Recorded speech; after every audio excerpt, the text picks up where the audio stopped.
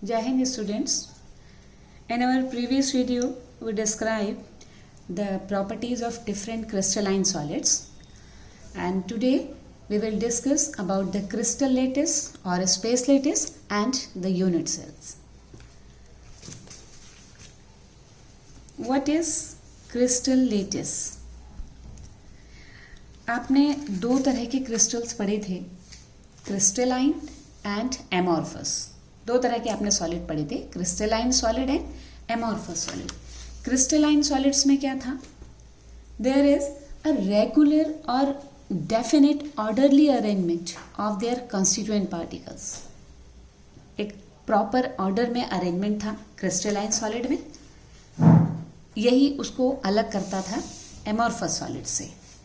So we can say that crystalline solid have definite orderly arrangement of their constituent particles. Constituent particles means atoms, molecules, ions in three-dimensional space.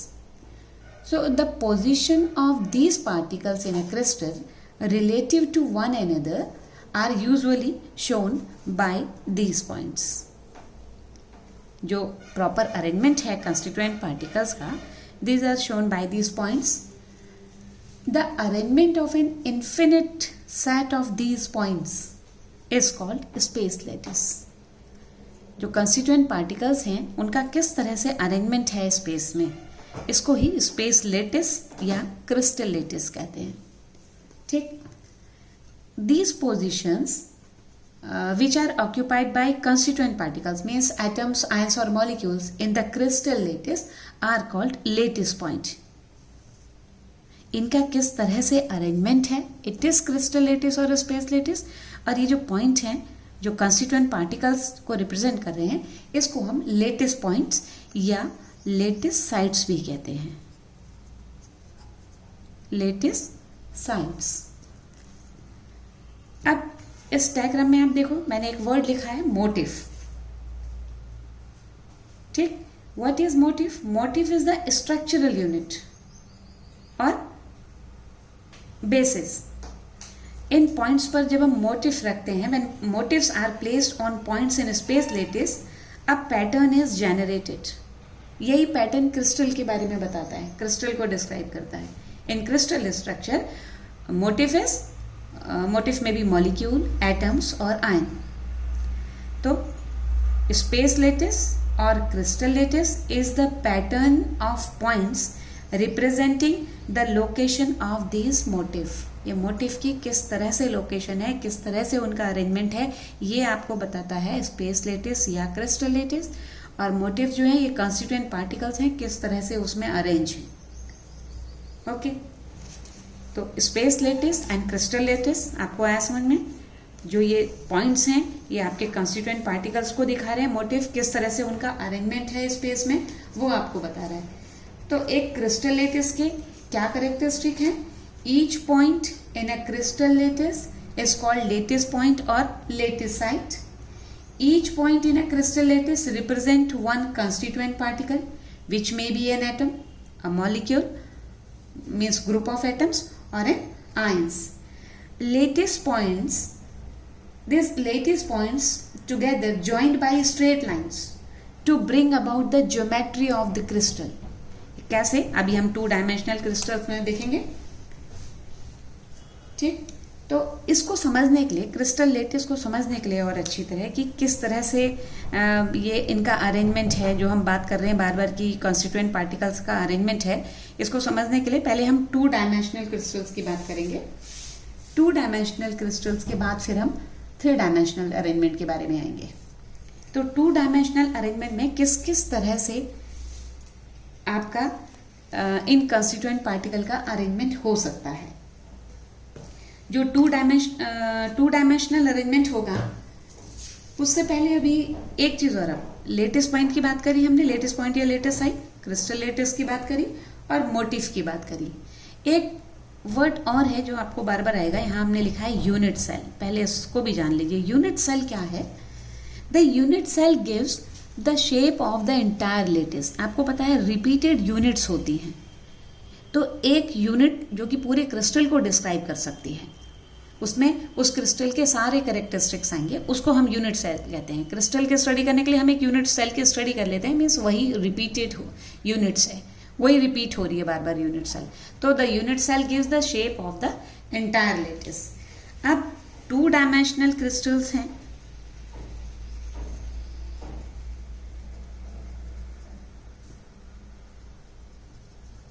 To dimensional crystal lattice की अगर हम बात करेंगे तो इसमें एक unit cell क्या क्या बताएगी? सबसे पहले तो लेंथ बताएगी ए एंड बी और इनके बीच का एंगल। यूनिट सेल डिस्क्राइब करेगी कि जो लेंथ है 2 डायमेंशनल्स में ए और बी, अगर हम उनको मान लें तो वो कितनी है और उनके बीच में क्या एंगल है। इसके बेसिस पर जो यूनिट सेल्स हैं, जो हमारे क्रिस्टल लेटिसेस हैं 2 डायमेंशनल में, वो 5 टाइप्स के हो सकते हैं। 5 टाइप्स के डिफरेंट 2 डायमेंशनल लेटिस मिल सकते हैं। किस तरह से उनमें जो कंस्टिट्यूएंट पार्टिकल्स है उनका अरेंजमेंट है, देखिए ये दिखाती हूँ मैं आपको। बहुत क्लियर, इसमें बहुत अच्छा सा दिखाया हुआ है। 5 तरह के जो 2 डायमेंशनल लेटिस हैं। आप देखिए ये एक क्रिस्टल लेटिस है, बिल्कुल अभी मैंने बताया था। ये लेटिस साइड्स हैं, ठीक, या लेटिस पॉइंट जिनको हम कह रहे हैं। तो इसमें अब जो कंस्टिट्यूएंट पार्टिकल है उनका अरेंजमेंट किस तरह का है, देखिए किस तरह का अरेंजमेंट है। आप इनको लाइन से जोड़ें तो एक आपको मिलता है हेक्सागोनल साइड्स, हेक्सागोनल लेटिस, ठीक। ये है, अगर क्रिस्टल इस तरह से आपस में अटैच हैं जो कंस्टिट्यूएंट पार्टिकल्स हैं, तो ये आपको मिल रही है रेक्टेंगुलर लेटिस। अगर बराबर डिस्टेंस है ए और बी, A is equal to B और एंगल उनके बीच में 90 डिग्री है, तो ये आपको मिल रहा है स्क्वायर लेटिस, ठीक है ना। हर जगह ए और बी की लेंथ कितनी है और उनके बीच का एंगल कितना है, इस बेसिस पर 5 तरह के आपको लेटिस मिल रहे हैं। ये है रोम्बिक लेटिस और rectangular with interior point, and this is parallelogram lattice. तो 5 टाइप्स के लेटिस हैं कि किस तरह का उनमें कंस्टिट्यूएंट पार्टिकल का अरेंजमेंट है। तो 5 2 डायमेंशनल लेटिस हमें इस आधार पर मिलते हैं। और ये जो बेसिस है कि यूनिट सेल जो है उसकी, उसमें उनकी जो लेंथ है ए और बी की कितनी है और उनके बीच में एंगल कितना है। तो ये 2 डायमेंशनल के 5 हुए। नेक्स्ट हम देखेंगे कि 3 डायमेंशनल, जो मेन फोकस हमारा यहाँ ऊपर होगा 3 डायमेंशनल क्रिस्टल लेटिस पर होगा। तो जो 3 डायमेंशनल क्रिस्टल लेटिस हैं, सबसे पहले उसकी आप ये एज्यूम करिए कि सपोज एक वॉल है, आपने देखा जो उसका मेन स्ट्रक्चरल यूनिट है सबसे छोटी, वो एक ब्रिक होती है, ठीक है। तो एक ब्रिक को आप मान लीजिए कि एक वो यूनिट है और पूरी वॉल को आप मान लीजिए क्रिस्टल लेटिस है, ठीक। बहुत क्लियर इस फिगर में आपको दिख रहा है, ये देखिए फिगर। हमने एक 3 डायमेंशनल क्यूबिक स्पेस लिया है यहाँ पर क्रिस्टल लेटिस। ये क्रिस्टल लेटिस है, इसकी एक यूनिट ये है। तो आप मान लीजिए कि ये एक वॉल है और ये एक इसकी ब्रिक है। तो एक ब्रिक पूरी वॉल को डिस्क्राइब करेगी। यहाँ पर एक यूनिट सेल पूरे क्रिस्टल लेटिस के बारे में बता देगी आपको, ठीक है। पूरे क्रिस्टल लेटिस का आपका कैसा शेप है वो बताएगी यहाँ पर आपकी एक यूनिट सेल। यूनिट सेल क्योंकि 3 डायमेंशनल है ना, 3 डायमेंशनल है, तो इसकी 3 एक्सिस देखिए बहुत क्लियर दिखाया हुआ है। एक 3 डायमेंशनल अगर क्रिस्टल है तो यूनिट सेल को डिस्क्राइब करने के क्या क्या पैरामीटर होंगे उसमें। आप देख रहे हैं कि 3 इसकी आप डायमेंशंस हैं। आप बताएंगे कि ए कितना है, B and C, X Y Z axis के लॉन्ग क्या इसकी लेंथ है, ए बी और सी की, और इनके बीच के जो एंगल हैं अल्फा, बीटा और गामा।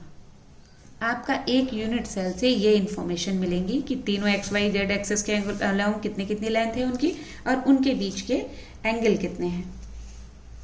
तो 3 डायमेंशनल में एक तो हम क्या देखेंगे कि एजेस ए बी सी, और दीज एजेस जो हैं ये परपेंडिकुलर एक दूसरे के हो भी सकती हैं और नहीं भी, एंड इनके बीच में जो एंगल है वो कितना है, अल्फा बीटा गामा की क्या वैल्यू है, इसी के आधार पर कि ए बी सी की कितनी है, जो एजेस हैं वो कितनी कितनी हैं और इनके बीच का एंगल कितना है। 7 टाइप्स की यूनिट सेल्स हम पढ़ेंगे, 7 टाइप्स की यूनिट सेल्स की ए बी सी बराबर हैं या नहीं है, या एंगल इनके बीच में कितना कितना है। तो 7 टाइप्स की यूनिट सेल्स और 14 टाइप्स के क्रिस्टल लेटिसेस हम आगे अभी आने वाले टाइम में पढ़ेंगे। तो अब ये जो यूनिट सेल्स हैं, इन यूनिट सेल्स को हम 2 कैटेगरीज में बांटते हैं मेनली।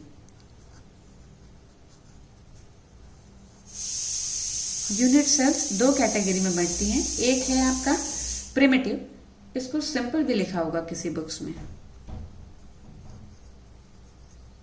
एक है प्रिमिटिव यूनिट सेल्स और दूसरा है आपका सेंटर्ड।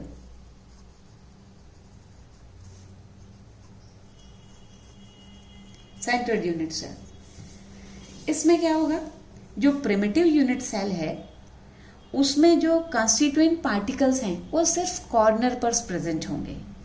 जैसे आपका अगर एक क्यूब है,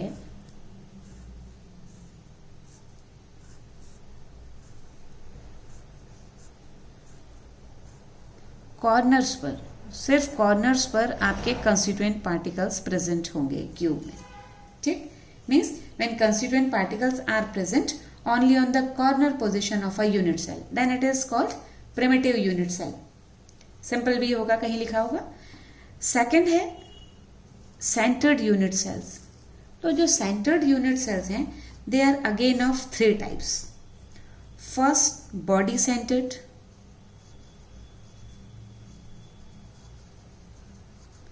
बॉडी सेंटर्ड, इसको BCC भी लिखा होगा आपकी बुक्स में, body centred cubic cell. Second है फेस सेंटर्ड,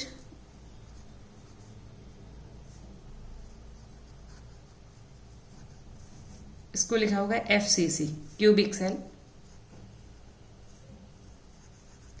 एंड थर्ड है end centred.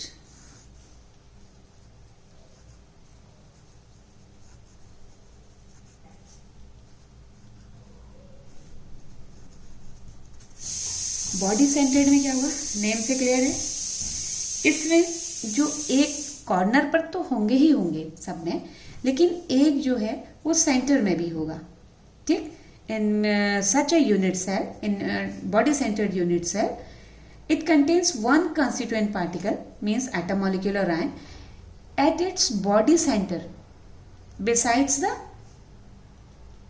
the ones in all the corners। मतलब कि कॉर्नर पर तो होगा ही होगा, ये जैसे हमने देखा था कॉर्नर पर तो होगा ही होगा, एक बॉडी में भी होगा, सेंटर में जो कंस्टिट्यूएंट पार्टिकल है एक बॉडी में भी होगा। फिर है फेस सेंटर्ड।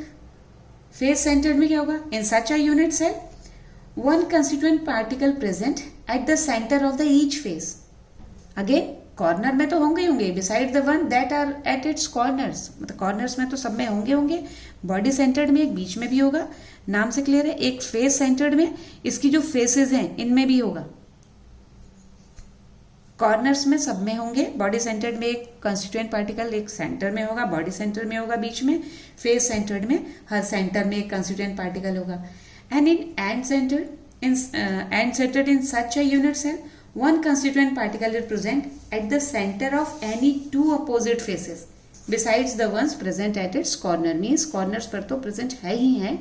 ये end centered में भी होगा। आप समझिए कि 2 यूनिट सेल जहां पर मिली हैं तो उसके 2 जो अपोजिट फेस है, मीन्स कि जो 2 जहां पर यूनिट सेल मिल रही है उनके बीच में भी एक होगा end centered में। Means constituent particle represent at the centre of any 2 opposite side faces. समझ लीजिए कि 2 ब्रिक अगर आपस में मिल रही हैं तो जहां पर वो मिल रही हैं उनके बीच में एक कंस्टिट्यूएंट पार्टिकल यहाँ पर प्रेजेंट होगा। ये इंपॉर्टेंट है बच्चों, बार बार इसमें कैलकुलेशन के लिए आएगा आपके पास कि बॉडी सेंटर्ड है तो बताइए नंबर ऑफ कंस्टिट्यूएंट पार्टिकल्स कितने हैं, फेस सेंटर्ड है तो, एंड सेंटर्ड है तो, इसको अच्छे से करिए, सोच के देखिए आप बार बार। इसके लिए आप समझ लीजिए कि बॉडी सेंटर्ड है, एक कमरा है और उसमें हर कोने में उसके 8 कॉर्नर्स हैं, उसमें एक बॉल रखी है और एक सेंटर में भी है। इसमें आप समझिए कि एक रूम में हर कॉर्नर में तो है ही और उसकी हर एक फेस में भी एक एक बॉल है। और एंड साइड में समझिए कि 2 आपस में जुड़े हुए कमरे, तो उनकी जो वॉल है बीच की, जो उसकी अपोजिट साइड्स है वहां पर भी एक है। क्लियर कंसेप्ट यहीं से होना चाहिए, तभी इस पर बेस्ड जो न्यूमेरिकल है वो आप कर पाएंगे। तो जो यूनिट सेल्स हैं ये तो अभी आपने पढ़ा कि 2 तरह की हैं, एक सिंपल है इनको हम प्रिमिटिव यूनिट सेल्स कह रहे हैं। एक दूसरी है सेंटर्ड है, means body centred, face centred and centred unit cells हैं। इसके ये जो यूनिट सेल्स हैं इसमें इनकी एक्सिस कितनी कितनी है, सब में ABC की क्या वैल्यू है, उनके बीच में जो एंगल प्रेजेंट है अल्फा बीटा गामा उनकी क्या वैल्यू है। इसके बेसिस पर 7 टाइप्स के हम ये पढ़ेंगे 7 क्रिस्टल सिस्टम। ठीक, 7 क्रिस्टल सिस्टम में आपके आएंगे, पहला आएगा इसमें आपका क्यूबिक। जो 7 क्रिस्टल सिस्टम आएंगे उनमें सबसे पहला सिस्टम आपका आया क्यूबिक, और इसके एक्सियल डिस्टेंस मैंने बताया आपको, एक्सियल डिस्टेंस कितनी है और उनके बीच में एंगल कितना है, इसी के आधार पर इनको डिफरेंशिएट करते हैं। एक्सियल डिस्टेंस कितनी है, इनके बीच में एक्सियल एंगल कितने हैं और इनके एग्जाम्पल। तो क्यूबिक में आपको पता है, क्यूबिक में जो यूनिट सेल है वो क्या होगी, क्यूब।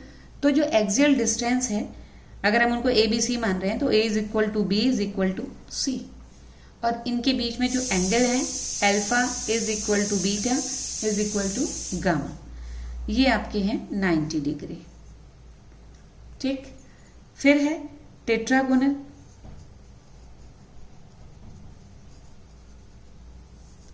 टेट्रागोनल में A is equal to B is not equal to C. Again, the angles are, all the angles are of 90 degree.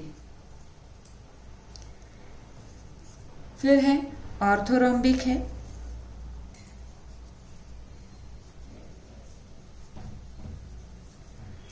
सारे तरह के देख लेते हैं पहले। क्यूबिक, टेट्राहेड्रल, ऑर्थोरोम्बिक, फिर है आपका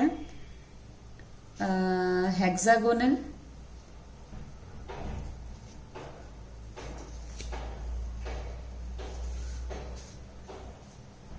rhombohedral,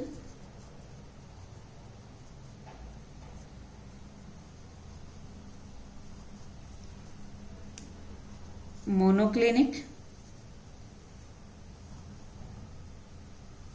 and triclinic.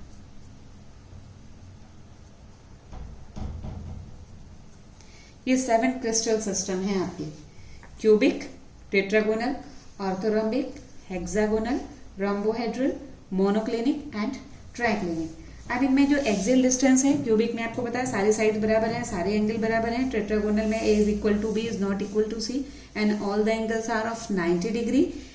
In orthorhombic A is not equal to B is not equal to C, and again the angles are of alpha is equal to beta is equal to gamma, all the angles are of 90 degree. In hexagonal, A is equal to B is not equal to C. Here the alpha is equal to beta is equal to 90 degree and gamma is 120 degree. In rhombohedral में फिर क्या है, A is equal to B is equal to C, alpha beta के बराबर है, gamma के बराबर है, लेकिन ये 90 डिग्री के बराबर नहीं है, एंगल को भी आपस में बराबर है और गामा ये जो है 90 डिग्री के इक्वल नहीं है। मोनोक्लिनिक में कोई भी बराबर नहीं है, जो इनकी एक्सेस है A is not equal to B is not equal to C, जो अल्फा है वो बराबर है gamma is equal to 90 degree, whereas beta is not equal to 90 degree. In triclinic कोई भी बराबर नहीं है और alpha is not equal to beta not equal to gamma not equal to 90 degree. तो आप 7 टाइप्स के क्रिस्टल सिस्टम तो आपको याद होने चाहिए। अगर डायरेक्ट क्वेश्चन नहीं पूछा जाए, आपके कंपटीशन पॉइंट ऑफ व्यू से भी इम्पोर्टेंट है और ये इम्पोर्टेंट भी है कि 7 टाइप की यूनिट सेल हैं और 7 क्रिस्टल सिस्टम है उस पर। Cubic, tetrahedral, orthorhombic, hexagonal, rhombohedral, monoclinic, triclinic. इनको याद करने का एक सिंपल सा मैं आपको बताऊं न्यूमोनिक, आप ऐसे याद कर सकते हैं इनको।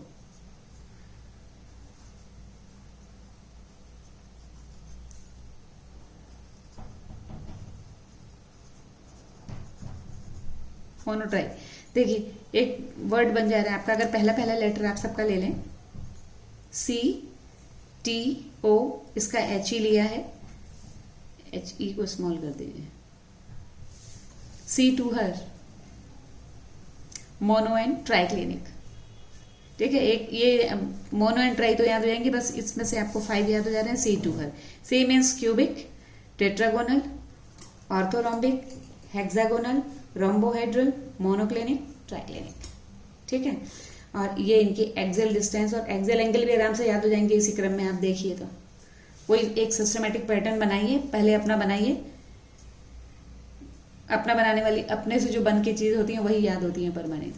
ठीक है, अदरवाइज ये देखिए बिल्कुल क्लियर दिख रहा है। क्यूबिक तो सबको पता ही है कि सारी उसकी डिस्टेंस बराबर होती है, एंगल बराबर होते हैं, A is equal to B equal to C, और ये सब 90 डिग्री होते हैं, ये तो आपको मालूम ही है।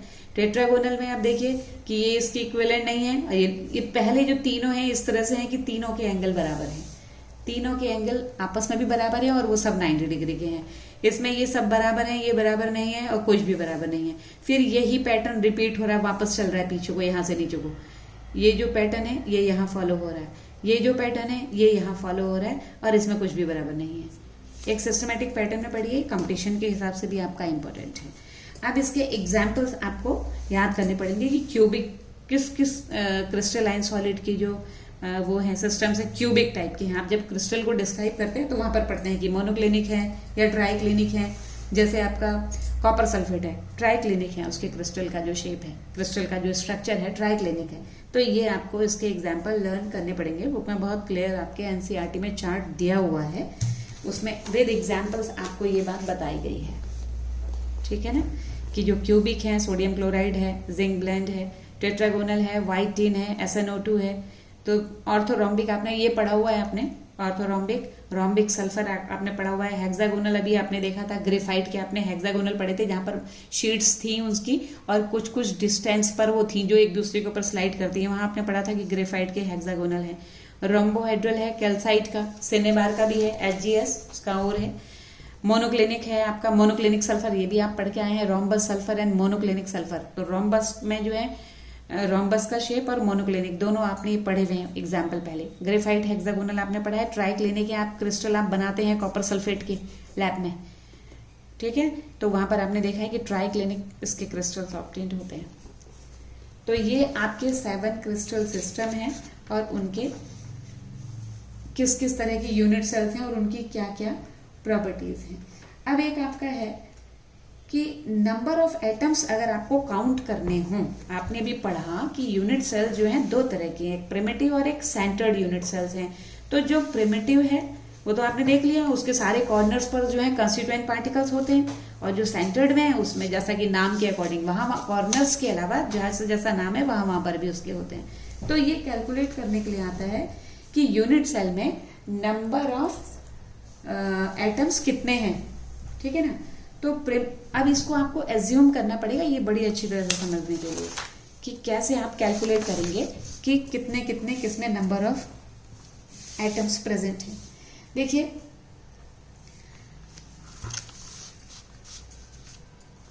बुक में आपको मैं डायग्राम दिखाऊं, ये देखिए ध्यान से, इंपॉर्टेंट है बहुत समझने के लिए। प्रिमिटिव क्यूबिक यूनिट सेल दिखाई है, आपको इसमें काउंट करना है कि नंबर ऑफ कॉन्स्टिट्यूएंट पार्टिकल्स कितने हैं, ठीक है ना। तो आप ये समझिए कि आपने 4 ईंटें बिछाई है नीचे, ठीक है ना, और एक बॉल रख दी है उनके बीच में गैप में थोड़ी सी आपने एक बॉल रख दी है। पहले आप ये अपने आप एज्यूम करिए कि आपने 4 ब्रिक्स लिए और बिछा दी सब एक साथ और बीच में एक बॉल रखी है। तो अब ये हाफ ऑक्यूपाइड है, चारों ब्रिक्स को आधी जो हाफ पार्ट है उसका वो टच कर रहा है। फिर आपने उसके ऊपर 4 और रख दी ब्रिक्स, तो ये पूरी कवर हो गई बॉल। अब ये बॉल कितनी ब्रिक्स को टच कर रही है? 8 को, 4 ऊपर और 4 नीचे। Is it clear? तो अब हम ये मान सकते हैं कि एक यूनिट सेल है तो इसके 8 कॉर्नर हैं। पता है सबको, आप कमरे में बैठे हैं, आप देखिए कितने कॉर्नर हैं इसमें, 8 कॉर्नर हैं। तो एक यूनिट सेल के एक कॉर्नर में कितना पार्ट आएगा दूसरे कंस्टिट्यूएंट पार्टिकल्स का? 1/8। ठीक ऐसे ही जैसे मैंने कहा कि आप 4 ईंटें आपने बिछाई, बीच में एक बॉल रखी। अब उस बॉल को 4 ईंटों ने आधा आधा लिया हुआ है, 1/4 लिया हुआ है, आपने ऊपर से 4 ईंटें और रख दी। अब यही बॉल जो है 8 ब्रिक्स से सराउंडेड है, यानी कि हर किसी में उसका बॉल का कितना पार्ट जा रहा है एक ब्रिक में, 1/8। ठीक ऐसे ही हमने एक यूनिट सेल यहाँ पर अलग निकाल ली, तो इसके 8 कॉर्नर हैं, 8 कॉर्नर में सारी जगह से 1/8 पार्ट उसका आ रहा है। ठीक है, तो अब ये देखिए, ये इन्होंने बहुत क्लियर दिखाया हुआ डायग्राम यहाँ पर। ठीक, ये देखिए 4 ये हैं, 4 ये हैं, ये इन्होंने काट के दिखाया हुआ है, 4 कॉर्नर ये, 4 कॉर्नर ये, हर कॉर्नर पर 1/8 पार्ट इसका आ रहा है। ठीक है, तो अब ये चेक करना हो कि प्रिमिटिव क्यूबिक यूनिट सेल में नंबर ऑफ कॉन्स्टिट्यूएंट पार्टिकल्स कितने होंगे, तो कितने होंगे, 1/8 आ रहा है सब में, है ना, 1/8 आ रहा है, 1/8 इंटू 8, 1 हो गया। अब है body centred cubic cell. Body centred cubic cell में मैंने बताया था कि जैसा कि नेम से ही क्लियर है भाई, हर कॉर्नर्स पर तो होगा ही होगा। 4 कॉर्नर है, 1 2 3 4 5 6 7 8 हो गए, तो हर कॉर्नर पर 1/8 पार्ट आ रहा है। ठीक है, तो 1/8 एक एटम हो गया, यानी कि एक कंस्टिट्यूएंट पार्ट हो गया, जैसा भी हमने सिंपल क्यूबिक में देखा था। अब इसमें बॉडी सेंटर्ड में एक सेंटर में भी है, हमने देखा था। ठीक है, इसलिए body centred cubic unit cell है। तो ये 1/8 इंटू 8 प्लस 1, तो 1/8 इंटू 8 कितना हो गया, 1 एटम, और एक उसके सेंटर में भी है, तो total body centred cubic unit cell में टोटल एटम्स हो गए आपके 2 एटम्स। क्लियर। फिर है आपका फेस सेंटर्ड। फेस सेंटर्ड में हमने देखा था, ये देखिए, ये है फेस सेंटर्ड। फेस, अब इसमें भी क्या होगा, आप देखिए कि 8 तो ये तो कॉमन चल रहा है सब में, जो सिंपल से हम पढ़ के आ रहे हैं, ये बात तो वहीं से कॉमन चल रही है कि भाई हमने बार बार कहा था कि हर कॉर्नर पर तो होंगे ही होंगे। भाई एक यूनिट सेल जो है आपकी 8 जगह से अटैच्ड है, जैसे मैंने भी बताया था ब्रिक्स में, एक बॉल लिया आपने तो 8 जगह पर वो अटैच थी। ठीक है ना, तो इसमें भी 8 जगह पर तो वो अटैच होगा ही होगा। अब ये फेस सेंटर्ड है, तो उसकी हर फेस पर भी एक एक प्रेजेंट है, लेकिन क्योंकि फेस सेपरेट तो नहीं है, वो और भी जगह से जुड़ी हुई है। भाई जहां पर एक ब्रिक और दूसरी ब्रिक आपस में मिलेंगी, ये मैंने यहां बताया था। देखिए, ये समझना बहुत जरूरी है। एज्यूम करिए, माना ये हमने ब्रिक ली है एक, ये आप सिंपल ये लीजिए, आपने माना, अब सिंपल हम इसका ये व्यू ले रहे हैं, एक ब्रिक है और ये दूसरी ब्रिक से यहाँ पर अटैच है, तो इनके बीच में भी एक है ना, तो एक कंस्टिट्यूएंट पार्टिकल है, तो इसका मतलब आधा इसमें है और आधा इसमें है। तो एक क्यूब, आप जिस रूम में आप बैठे देखिए कितनी फेस है, उसमें 6 फेसेस हैं। तो एक तो हो गया आपका जो 8 कॉर्नर पर है, 1/8 इंटू 8 कॉर्नर्स हैं, और 1/8 हर जगह से उसको मिल रहा है, तो 1 एटम तो हो गया आपका, ये मीन्स 1 कंस्टिट्यूएंट पार्ट। और क्योंकि उसकी 6 फेसेस हैं और हर फेस में आधा आधा आ रहा है, तो ये हो गया आपका 6 इंटू 1/2, तो 3 एटम्स हो गए आपके यहाँ। ठीक है, तो टोटल नंबर कितने हो गए पर यूनिट सेल में, 1 + 3, यानी कि 4 एटम्स। 4 एटम्स एक यूनिट सेल में, किसमें, फेस सेंटर्ड में। बॉडी जो सिंपल है उसमें 1, जो बॉडी सेंटर्ड है उसमें 2, और जो फेस सेंटर्ड है उसमें आपके टोटल हो गए 3 एटम्स। बिल्कुल क्लियर दिखाया हुआ इसमें। डायग्राम आपको एज्यूम करना अच्छी तरह आना चाहिए। आप इसके लिए बेस्ट है कि आप एक रूम को सोचिए, उसमें बैठ के कि, और उसके चारों ओर भी वो रूम से ऑक्यूपाइड है, ऐसे करके आप जब कल्पना करेंगे तो आपको बिल्कुल क्लियर आएगा। देखो इसमें भी ये भी दिखाएगा बहुत क्लियर कि 2 जो आपस में जुड़े हुए हैं क्यूब, बीच में जो एक कंस्टिट्यूएंट पार्टिकल है भाई हाफ इधर है और हाफ इधर है, और 8 कॉर्नर्स पर भी है, तो 1/8 यहाँ से आया, क्योंकि 6 फेसेस हैं, 1 2 3 4 और ये 5 और ये 6, तो इनका भी आधा आधा आ रहा है, तो 6 इंटू 1 इंटू 2, तो आपका हो गया 3 एटम्स। बहुत क्लियर दिखाया हुआ है। तो तीनों में कि फेस सेंटर्ड में, बॉडी सेंटर्ड में और सिंपल वाले में कंस्टिट्यूएंट पार्टिकल्स कितने कितने हैं आपने देख लिया। इसको अच्छी तरह समझिए, तैयार करिए, समझने वाला भी है चैप्टर और थोड़ा याद भी करना है। याद तो मैंने आपको एक क्लियर बता दिया कि वो जो 7 क्रिस्टल यूनिट सेल्स हैं, 7 सिस्टम, जो 7 क्रिस्टल सिस्टम है उसके जो सिस्टम की यूनिट्स हैं उनको कैसे याद करना है आपको थोड़ा, और इनके क्रिस्टल के एग्जाम्पल आपको जरूर देखने पड़ेंगे, और ये किसमें कितने कंस्टिट्यूएंट पार्टिकल्स हैं इनको समझिए। नेक्स्ट वीडियो में हम क्लोज्ड पैक्ड स्ट्रक्चर के बारे में बात करेंगे। थोड़ा थोड़ा आगे बढ़ रहे हैं हम, तो इसको समझते हुए करिए। ओके.